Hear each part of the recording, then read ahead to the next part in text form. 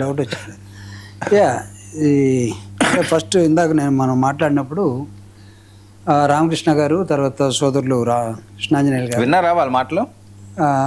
గాదన్న గారు అంటే ఇప్పుడు విన్నాను, తర్వాత విన్నాను. ఓవరాల్గా అంటే గాదన్నకి ఎందుకో చాలా కోపం వచ్చినట్టుంది ఈరోజు. అసలు పర్మిషనే జగన్మోహన్ రెడ్డి గారికి ఓదార్పు యాత్రకి ఇవ్వకూడదు, పరామర్శలకు ఇవ్వకూడదు అన్న దశలో దీన్ని వైఎస్ఆర్ కాంగ్రెస్ పార్టీ వాదిగా మాత్రమే కాకుండా ఒక ప్రజాస్వామ్య హక్కుల గురించి మాట్లాడే వ్యక్తి కూడా నేను తీవ్రంగా ఖండిస్తున్నాను.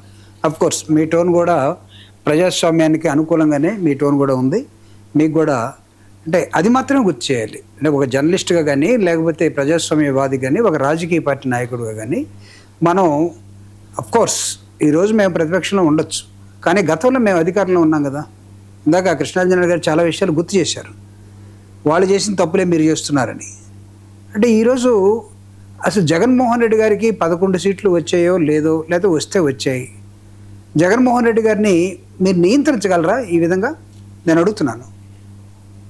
ఇప్పుడే మీరు ఒక పరామర్శకే బెంబేలెత్తిపోయి ఇన్ని కండిషన్లు, ఇంత గోబ్యాకు, ఇంత రహస్యమైనటువంటి లేకపోతే ధైర్యం లేనటువంటి అసూయ అనేటువంటి అంశాలు మీరు ముందుకు తీసుకొస్తున్నారే. రేపు జగన్మోహన్ రెడ్డి గారు పాదయాత్రకు వస్తున్నాడు. తండోపతండాలుగా గ్రామాలే కదిలి వస్తాయి. పాదయాత్రను మీరు ఏం చేయబోతారు నాకు తెలిసి ఆపుతారా? కాదనా? పాదయాత్రకు పర్మిషన్ లేదు కాబట్టి ఆపేస్తామని చెప్తారా? ఆ సాహసం కూడా ఏమైనా చేయదలుచుకుంటే చేయండి.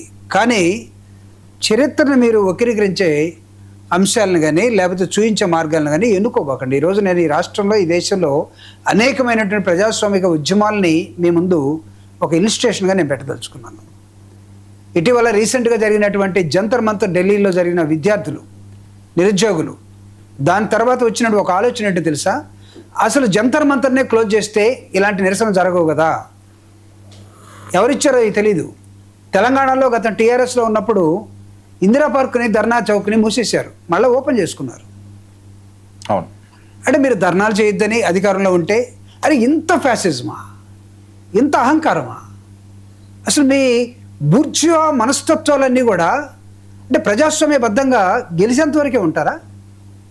గెలిచిన తర్వాత మీరు వేరే మనుషులుగా ప్రవర్తిస్తారు. గాదేగా నవ్వుతున్నాడు ఆయన, అంత ఎమోషనల్గా మాట్లాడితేని. అంటే గెలిచేంత వరకు మీరు అంత నటన, మీరు యాక్టర్లు అవ్వచ్చు, మీకు అన్ని అవార్డులు ఇచ్చి ఉండొచ్చు, అనేక సినిమాల్లో చేసి ఉండొచ్చు, లేకపోతే మీరు పెద్ద పెద్ద యాక్టర్లకి అల్లుళ్ళు అయి ఉండొచ్చు, బంధువులు అయి ఉండొచ్చు. అరే ప్రజా జీవితంలో ప్రజలు చూస్తారు కదా. ఇలాంటి అంశాన్ని జంతర్ మంతర్లో మెయిన్ మీడియా స్ట్రీమ్ మొత్తం క్లోజ్ చేస్తే సోషల్ మీడియా బయటకు వచ్చి మొత్తాన్ని చూపించారు. ఈరోజు మీడియా చూస్తుంది, గుర్తుపెట్టుకోండి. ప్రతి మాట, ప్రతి నడవడిక, మనం ప్రవర్తించే విధానం, people are listening and they are watching. పెట్టండి, మీరు జగన్మోహన్ రెడ్డి గారికి ఆంక్షలు పెట్టండి, మీ చేతనైతే పెట్టండి. నేను I'm throwing a challenge to the government and the representatives who are talking, who are expressing their views undemocratically, వాళ్ళకు కూడా నేను ఛాలెంజ్ చేస్తున్నాను. పెట్టి చూడండి ఒకసారి ఆంక్షలు. జగన్మోహన్ రెడ్డి గారి పరామర్శలు కానీ, మీరు దురాఘాతాలకి పాల్పడితే పరామర్శించడానికి వెళ్తున్న మనిషికి అనేక మంది వెల్కమ్ పలుకుతూ ఉంటే వాళ్ళని చూడకుండా మీరు డైరెక్ట్గా వెళ్ళండి.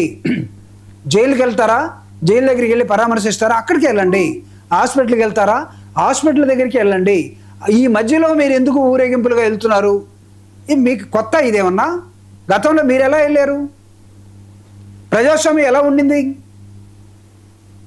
ఇవన్నీ మర్చిపోయి ఈరోజు నేను చెప్తున్నాను వర్మ గారు, ఆయన తీసుకున్నటువంటి జైల్లో ఉన్న ఒక వ్యక్తిని పరామర్శించడం కోసం, ఎస్ మా ఇష్టం అండి, మా నాయకుడు, మీ ఇష్టం వచ్చినట్టు జైల్లో పెడితే మేము పలకరించకుండా ఉంటామని మీరు భావిస్తారా?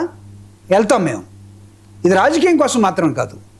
ఒక రాజకీయ పార్టీకి ఉండాల్సినటువంటి రాజకీయ పార్టీ పెద్ద కార్యకర్త కానీ, నాయకుడు కానీ ఆపదలో ఉన్నప్పుడు ఖచ్చితంగా వెళ్ళి మాట్లాడతాం. మాట్లాడేదానికి మీరు ఆంక్షలు ఏంటి? ఎవరు చెప్పారు అసలు ఈ పద్ధతిలో? జగన్మోహన్ రెడ్డి గారు గో బ్యాక్, నువ్వు ఇక్కడ రావడానికి వీలు లేదు. పెట్టుకోండి, మీరు ఇంకా ఎక్కువ పెట్టండి.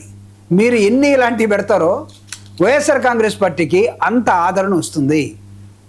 కానీ మీరు ధైర్యంగా ఎదుర్కొనే మార్గాలు ఏమైనా ఉంటే ఎంచుకోండి. మీరు మాతోటి డిబేట్లకు రాగలరా? కమాన్. ఇష్యూల మీద చర్చించగలరా? Yes, we welcome. లేకపోతే ప్రజల్లోకి వెళ్దామా? కమ్, ఎడ్యుకేట్ చేద్దాం ఓకే. జరుగుతున్న అంశాలని. మీరు అప్రజాస్వామికంగా ఉన్నంతకాలం మీ పరిపాలన, దాన్ని మేము ప్రశ్నిస్తూనే ఉంటాం. ప్రతిపక్ష పార్టీని మీరు తొక్కాలనుకుంటే మీ వల్ల కాదు. మీరు అనుకుంటున్నారేమో మీకన్నా మాకన్నా, అంటే మీకన్నా అంటే ఆ ప్రభుత్వంలో ఉన్న మీకు, ప్రతిపక్షంలో ఉన్న మాకు, మనందరికన్నా ప్రజలు చాలా తెలివైనటువంటి వాళ్ళు. ప్రజలు చాలా డెమోక్రటిక్గా ప్రతి అంశాన్ని చూస్తారు. ప్రజలు ఊహకి అందనటువంటి అంశాల్లోకి మీరు వెళ్ళి నిరంకుశంగా మేము ఇలానే ఉంటాం అని మీరు చెప్పదలుచుకుంటే ప్రజలు మీకు బుద్ధి చెప్తారని రైట్, ఓకే. గాదే గారు